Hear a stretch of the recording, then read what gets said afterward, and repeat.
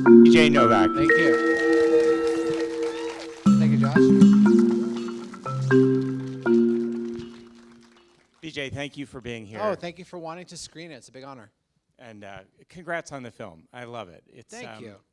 I'm so excited to talk to you about it. I mean, to start, I'm caught in that final moment.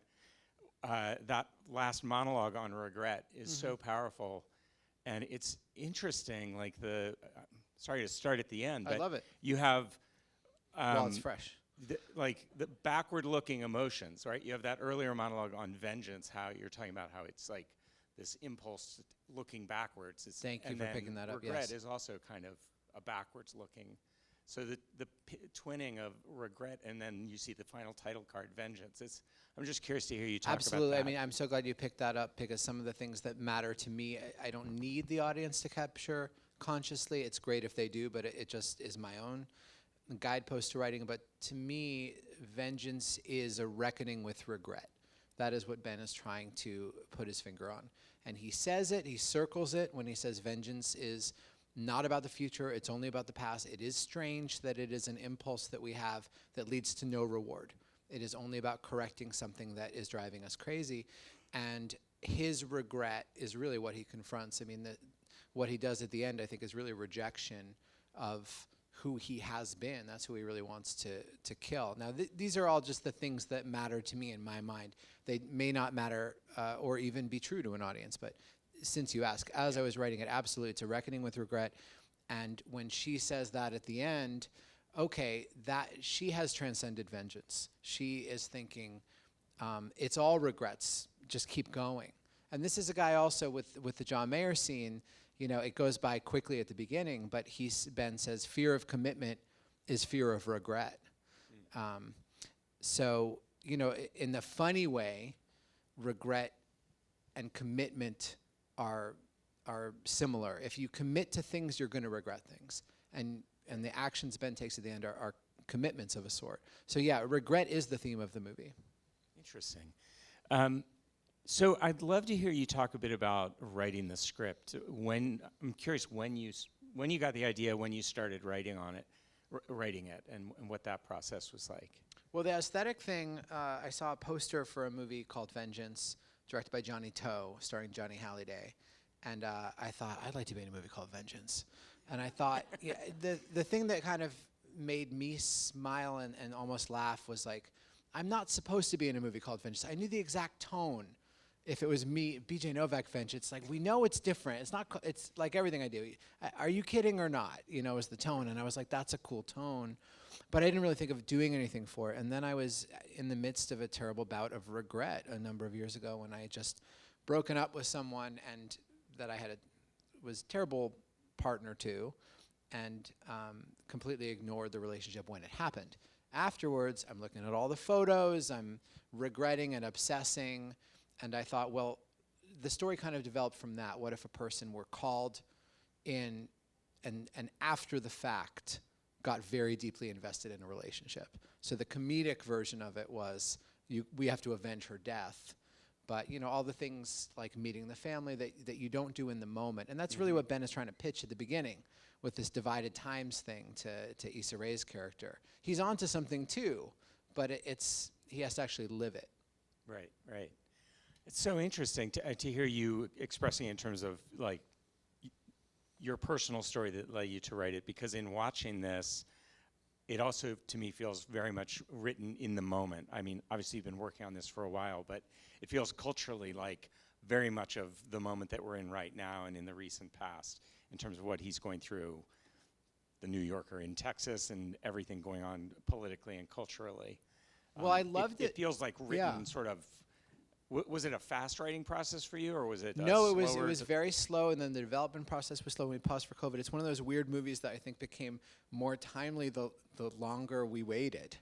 You know, it just, the country kept devolving into these, and you know, we especially by the end, we could respond to things on set. You know, it wasn't actually filmed or edited that long ago, but it was written in a time where I thought America was falling apart, how young we all were. But I did know, okay, I mean, I knew, we all knew for a long time there's really kind of two Americas. And the idea of someone from one being pulled into the other and being forced to sit at a dinner table with people that think he's one of them, emotionally anyway. I knew it would be funny to take him to a red state and somewhere very different. But I had no idea how I had no idea how topical the movie would become. Yeah. What I do like is that it stayed in the emotional realm of that. And with Phineas O'Connell, the great music producer, wrote the score. And when he handed in the score for that fight outside Whataburger, it cracked, I feel, what that scene was supposed to be about. Because that's the part that really felt like a political argument in the script. On the screen, it feels like an emotional argument. Yeah. And I think that's the key to the movie, that it isn't really about the politics. It's about what it feels like to be on opposite sides of a divide. I'm glad you brought that scene up. It's one of my favorite in the film. It's an incredible, I mean, for all of you in it, but for your performance there, I thought was like, you're letting it all out in that moment with him. And yeah, you're right. It's an emotional human scene. It doesn't feel overtly political, but it's all there. It occurred to me afterwards that I think it's the most intimate scene in the movie, even though it is a fight, because you're so polite. The first scene is warm, but you're very polite when you meet someone's parents. And if you're avoiding confrontation, it's not intimate. If you're storming out, it's not intimate. Real intimacy is a fight like that. Right. And I felt that was the actors who brought it. And a lot of these things, by the way, it's because I've seen this movie so many times now. I realize it after the fact. It's not like I explained to everyone, here's the 5 levels. But it does, your intuition carries you through, and then you realize why certain things worked. So tonally, I think this film is so interesting and complicated. I'm not sure I can quite articulate it, but it's comedic, but I was saying this to you before in the green room. I find it very unsettling watching it. Like, at first I'm laughing, and then I'm laughing, you're kind of skewering these different cultural tropes and things, but then it's like, wait a minute, I feel like then it sort of turns where I'm the one being skewered as a participant in this culture. Yeah. And seeing myself reflected on screen. And then also with your character, I feel like, just a wildly unreliable narrator, right? Where I'm drawn in by you. I'm like, oh, I'm laughing with BJ Novak. But then you're saying and doing these very questionable things as well. So it's like, as the fish out of water, I want to go with you and be on that journey with you. But then your own instincts, your character's instincts, are so questionable at times that it's really, I don't know, I love the ride of going on that with you. But I'm curious sort of how you approach that in both the writing and in the directing. Well, as with everything in my life, I blame John Mayer. I did feel that sort of as a personal exploration. Okay, what do I like most about myself, or what do I hope most about myself, and what do I hate most about myself? So on the personal journey, it was like, how do I take him from point A to point B? But in terms of the tone, it made sense to me the whole time. And it's why I felt I had to direct it, and it's also why I felt I had to act in it, because I was like, I know there's better actors out there, I know there's better directors, but I can show you the tone, and you'll get it. And the one moment that people kept lobbying me to cut because they were like, it's not going to work, was the Schindler's List joke in the truck. And I was like, trust me, I'm going to make it work. And when it works, the whole movie will work. So I was always focused on that, even in the edit bay when we had much bigger fish to fry. And that scene was basically working. I was like, cut 2 frames here, add 1 frame there, different reaction shot. Just, I wanted that to really work perfectly, because that was my proof of concept, a movie that could be sort of funny but also uncomfortable, and very now, but very, all of those things came into that joke. Mm-hmm. Yeah. Could you talk a bit about, it's an incredible cast, starting with John Mayer, of course, but also, I mean, this is one of my favorite things I've ever seen Ashton Kutcher do. I think he's excellent in this. Yeah. And I'm would love to hear sort of how I know you worked with him back years ago on Punk'd. Yeah, right? I felt comfortable with him because I worked with him on Punk'd. Although in a way I didn't, because I was 24 and I'd never acted before. I was a stand-up, and I got an audition through that for MTV for Punk'd, which at the time was the hottest possible thing to be a part of on MTV. And Ashton was the hottest celebrity in the world, you know, wearing the trucker hats, and it started a craze. Like, he could just do no wrong, and he was so cool. And actually, the suits he wears in this movie are partly inspired by the fact that I saw him walking on Ventura Boulevard on one of our shoots wearing like a pinstripe suit just draped over him. And I'd never seen an adult wear a suit that wasn't like an accountant. You know, I was like, someone could wear a suit by choice to be cool. And so I knew he'd be wearing cool suits in the movie. But Amazing suits. yeah, I was always intimidated by him, but also felt comfortable having worked with him. And then when I wrote this character, I knew, okay, well, this is a guy, what he needs to do for the story is very difficult. He needs to be an easy target for Ben on the way in. And we think Ben thinks he's gonna make fun of this guy, and he's gonna be a joke. Then he has to be someone that Ben thinks, this is a guy smarter than me, who I'm looking up to for advice. Everything's turned on its head about Texas, about myself, everything has to turn. And then you have, the reason that was so important doubly is because when you see Ashton Kutcher in the middle of the movie, you assume he's the bad guy. And so I worked very hard to make it seem like perhaps this was one of those one-scene cameos right in the middle and really wrap his narrative up. So to have a character like that, but that was after the fact, to have a character like that who can be so underestimated and then so brilliant to a character who already is pretty intellectual, Ashton was the perfect person for it because he is so smart. He is a tech investor. He is a TV producer. When you talk to him, he's hypnotic. But people know him from like, Dude, Where's My Car? And that 70s show. So he's easy to underestimate, which he's made a whole career of. And I knew that other side of him. And I thought, if I am the first guy to show everybody this, I'll get a lot of credit. Yeah. And so that's really why. Yeah. It could only have been him. That's brilliant. No, I thought he was amazing. He was amazing. And he nailed it right away. And the first assembly I saw of this movie, they say the first assembly is going to make you want to kill yourself no matter what, that the editor hands in. And it did, except for that scene was almost the same. Those scenes were almost the same as in the cut. They were just so obvious. There's no way to cut it wrong. Yeah. Could you also talk a bit about casting the family down in Texas? Because that's like an amazing little ensemble right there. I mean, it was Jay Smith Cameron. Yeah, thanks. That took a long time. I really wanted the movie to feel dynamic and non-obvious. And it's sort of a theme of the movie, unlikely people together, and the tones, unlikely tones together. So I wanted the cast to feel like an unusual electrical, wires.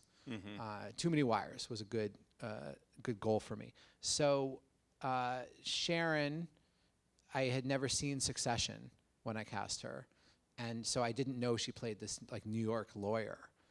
And so she just played this Texas mom. She has this amazing career in theater. Dove Cameron also just auditioned, and I did not know who she was either.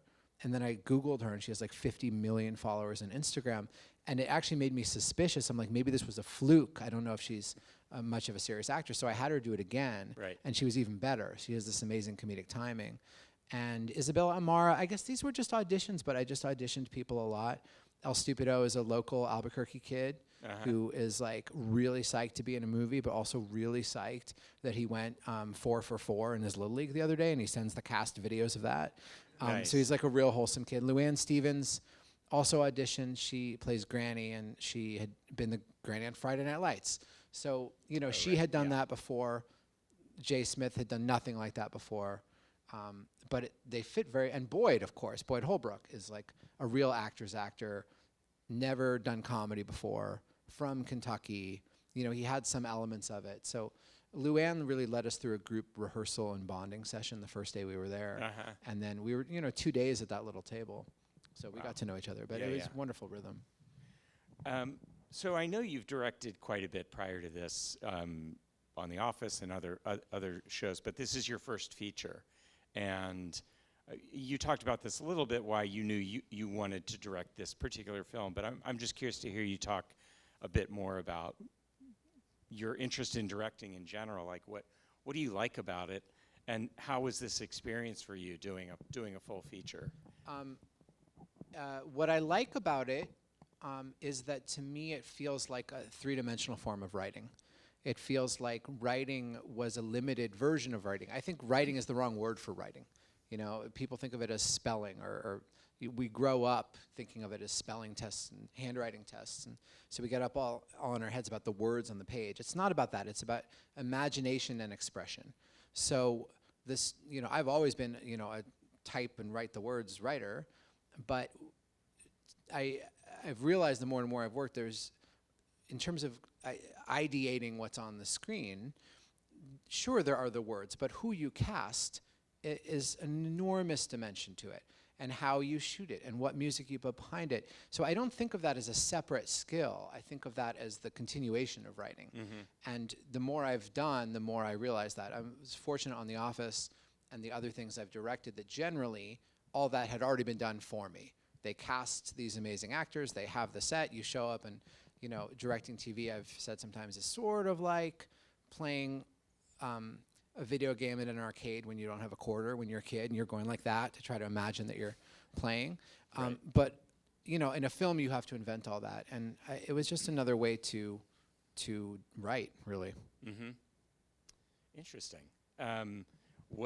So you were you mentioned this earlier, but you were shooting, and then COVID happened prior to? COVID happened, Tom Hanks' Day was the day before, the day after we shot the rodeo. So we did 3 out of 5 weeks. And then we shut down. Yeah, and I did not, like, I would call people in LA and they'd be like, it's getting weird. I'm like, what the fuck are you talking about? Like, I'm in a red state, like no one's saying anything. Ashton emails me 2 weeks before he's shooting. He's like, are you still filming due to COVID-19? I'm like, who is this tech nerd up in his own ass? And I was offended. I just wrote back, yes. Like, he's not gonna show, is he talking about? First of all, it's called Corona. Second, and of course, the day before he was going to shoot, the whole production was shut down.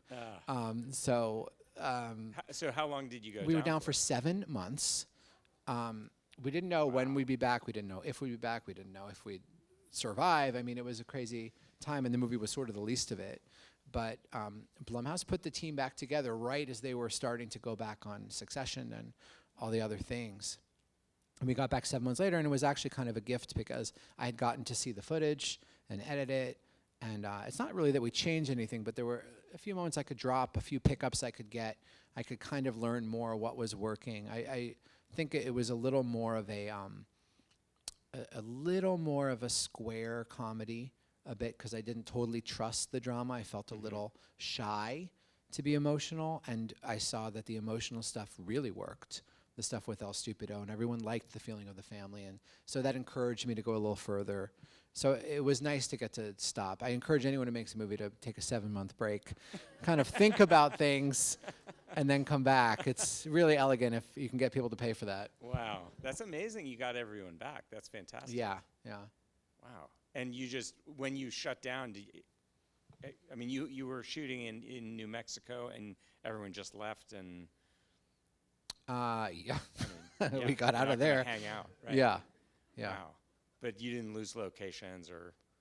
We did lose a couple locations, but we were able to accommodate everything pretty well. Wow. People were really happy to be back, you know, even with the masks. And I got to say, Ashton insisted on daily testing instead of 3 times a week, which was the industry standard at the time. And every other New Mexico production was shut down, except ours. Wow. Yeah. That's great. Smart guy. But just another question on directing. So I'm curious for you. So I get what you're saying about this being like viewing this as an extension of writing. But what is that for you? I'm curious what the on-set experience is like for you, or is there a particular type of atmosphere you like to create on the set, or like coming from tense and chaotic. Tense and chaotic, a little menacing. I like, and you know, I think it was actually helpful because I had to be both sides of the camera. I had to be calm, and I had to be the same person behind the camera that I was in it a little bit. So I think that sort of calmness, I was forced to be calm.